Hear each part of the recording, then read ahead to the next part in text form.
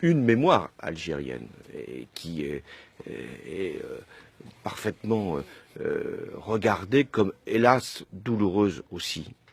Les mémoires françaises, elles sont elles-mêmes multiples, puisque il y a à la fois les Français qui vivaient en Algérie, qui sont ensuite revenus vers leur patrie, ce sont ce qu'on appelle les pieds noirs. Il y a ceux qui ont fait leur service militaire en Algérie, qui sont dans les associations d'anciens combattants pour rappeler ce qu'a été leur sacrifice. Et puis, il y a aussi ceux qui ont participé d'une autre façon à la guerre d'Algérie en soutien au FLN notamment, et qui luttaient contre les exactions qui pouvaient être commises. Et donc il y a des mémoires, et puis il y a aussi les enfants de ceux qui, algériens à l'époque, vivaient en France, et ces enfants sont français, et veulent aussi participer de la recherche de leurs origines et de la compréhension de ce qu'a pu être la guerre d'Algérie, dont ils sont finalement aussi des enfants ou des petits-enfants. Donc ce que j'ai voulu, et avec également les Algériens, c'est que l'on puisse réconcilier toutes ces mémoires, que l'on puisse finalement les partager, pour faire que, à la fois, nous reconnaissions ce qui s'est produit ou ce qui s'était passé, et qu'en même temps, nous soyons capables, à travers cette reconnaissance, que nous puissions être capables de vivre pleinement ensemble, en France, en étant respectueux de toutes ses origines, de tous ses parcours et de toutes ses douleurs. C'est sûrement le rôle d'un président de la République que de vouloir, comme vous le dites, réconcilier les mémoires. Mais ça n'est pas si simple. Vous savez combien ces mémoires sont parfois douloureuses, sont opposées, qu'elles ont aussi des conséquences dans la vie politique actuelle, qu'elles sont parfois instrumentalisées par tel ou tel camp politique, et qu'au bout du compte, ça ne passe pas si facilement. Il y avait le fameux livre qui s'appelait Vichy, un passé qui ne passe pas, mais la guerre d'Algérie, ça ne passe pas non plus, au bout du compte. Pour que une mémoire soit réconciliée, il faut qu'elle soit connue.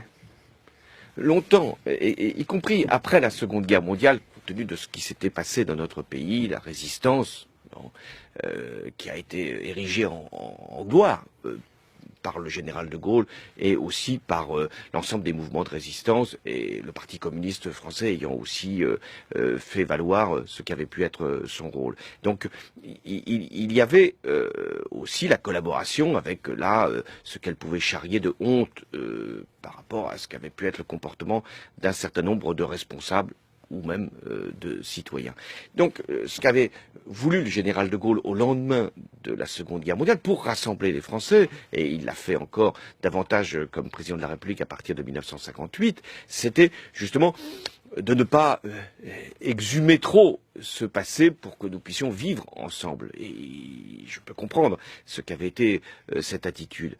Et puis ensuite, c'est devenu que bien plus tard, le retour sur ce qu'avait été la Seconde Guerre mondiale. Il a fallu attendre fin des années 70, début des années 80, pour que ce qu'avait été la collaboration, ce qu'avait été le Veldiv et la participation de l'administration française puisse être effectivement mise en cause et même mise en jugement.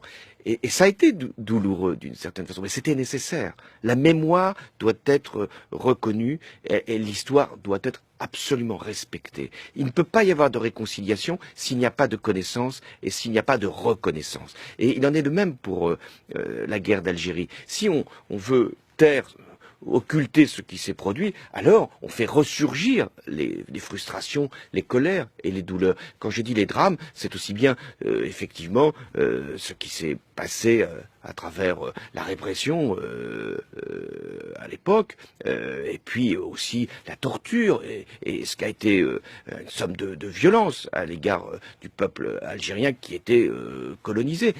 Il faut aller jusqu'au bout de cette reconnaissance. Mais il y a aussi des massacres qui ont eu lieu. Quand on parle du 19 mars, on sait c'est la fin de la guerre d'Algérie, mais c'est aussi le début d'un certain nombre de massacres dont les pieds noirs ou d'autres, ou les harkis ont été victimes. Donc il faut parler de tout pour que nous puissions vivre ensemble à partir de cette reconnaissance. Mais Mais votre position, François Hollande, c'est dans chacun de vos discours, je les ai tous réécoutés et relus pour préparer cette émission, c'est de tenir une position médiane d'une certaine façon. C'est de dire, au bout du compte, oui à la reconnaissance des mémoires, mais par